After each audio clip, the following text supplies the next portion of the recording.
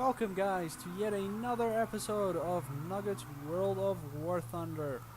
Now yesterday we spoke about the P-26 in the American branch under their reserve bracket aircraft. Today we will be speaking about the HE-51 amongst the German reserve bracket planes. Now, before me is a HE-51C1 late version. Now, I'm not really sure why this is a late version, or really what's the difference between this and the other ones.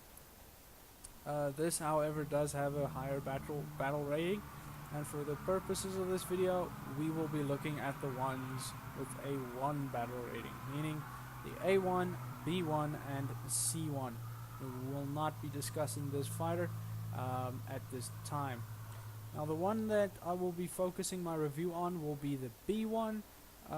Reason being, you can unlock a skin for this version. Same as yesterday, they are all the same. There is nothing really that separates any one of these planes. This one might turn 0.01 seconds quicker than that one, but this one might be 0.1 kilometers faster. So let us open this one up so we can have a look at it. This is the B1 now. As you can see here, it's got a nice big propeller. Now this will obviously help its climb rate, but now coming into the details of this plane. This plane, unlike the P-26 we saw yesterday, is a biplane, making it a little slower than the P-26, but this can and will outturn the P-26 or most other monoplanes available in its bracket. Now, yesterday I spoke about the P-26, and while speaking about it, I mentioned that its engine is extremely strong and it's the best one in its bracket. Now, I'm technically incorrect there, because the honors does go to the HE-51. This has got, as you can see from this very bulky engine area here, has got a BMW V1 12-cylinder engine producing 750 horsepower. Okay, now that is a serious amount of power. But unfortunately, even though it has got an extremely powerful engine, it is unfortunately still quite slow. As you can see, this is fully upgraded, and it can only reach 321 at an altitude of 4,000 meters. The altitude there being important in analyzing this plane, because you are not likely to reach that speed at ground level. This plane therefore should then be utilized in dogfights slightly higher up. Unfortunately, in the reserve bracket, few dogfights go above 500 or 600 meters.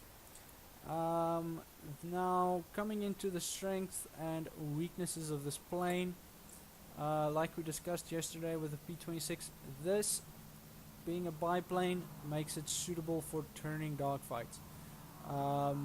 The slowish speed means we won't be running away from any attackers, but we might be able to outturn them and reverse the tables on them, getting in behind them and shooting them down.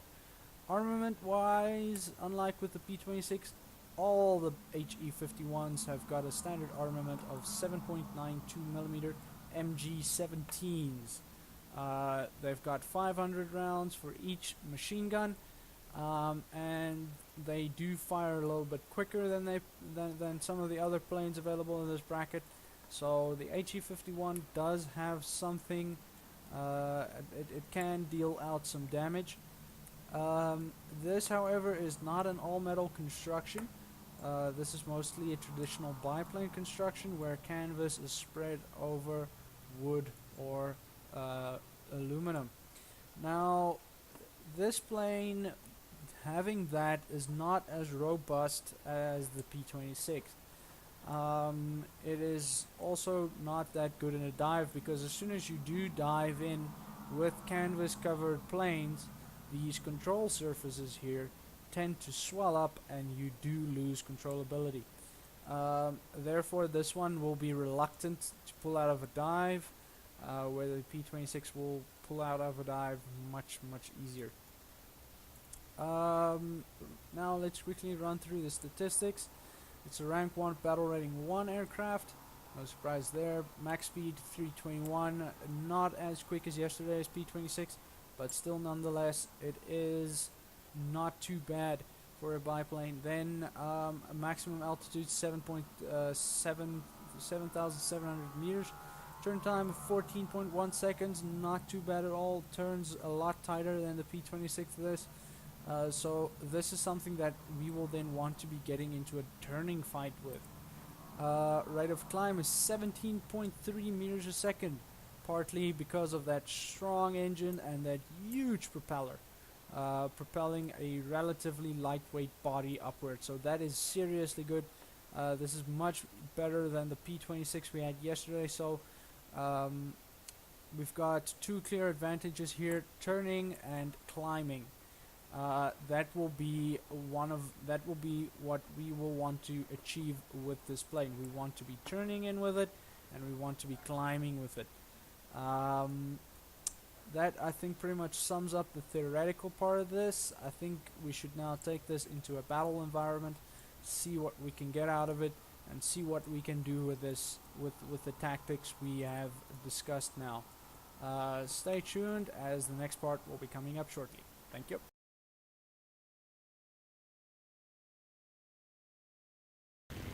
Okay, welcome guys to the second part of this video. In this video we will now further discuss and try and implement the tactics we just discussed in the hangar with the HE-51. Just a quick note there for some of you guys: you might have noticed that I changed the camouflage scheme on the plane. This is now the tropical one that you can unlock. I think it's 15 or 10 kills or something like that. I think it looks quite nice. Looks a bit different than your normal tricolor one.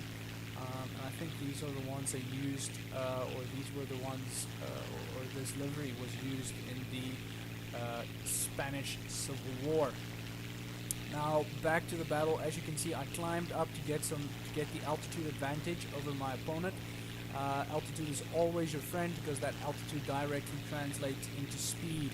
Okay, now let us see what we're gonna do. There's an HE-51 down there that we can dive in on quite easily. So I'm gonna roll my wings over. Mind the direction in which your prey is traveling. Cut your engine as to not overshoot him. And we can give him a nice little fair bit of speed. Nice fair spread. You can see there I got in a lucky shot and I shot down the pilot. Okay, so let's see what else is in the vicinity. There's a Ki-10 down there. Ki-10 being the Japanese reserve plane. Very movable. Doesn't have a very decent, doesn't have a very good armament on it, but extremely movable. It's my favorite reserve plane in the game at the moment. So let's see what we can do with the HE-51 against the Ki-10. Coming in, giving it some few good spreads here. We're closing the gap. As you can see, when shooting at your enemy, it's always better to be close, up and personal. We've got a P-26 now turning in on us, which shouldn't be a problem for the HE-51. The HE-51 easily out-turning that P-26, as you can see, within a few maneuvers. Using the flaps, I am on his tail and I'm giving him some bullets. As you can also see, the HE-51 doesn't have all that lethal armament, and the bullets are quite limited, so try and reserve them for when you're nice and close like this, because this is when you'll best be able to use them. Okay, so you can see there, I think I've got a pursuer on me at the moment, but I just got a nice critical hit on the pea shooter.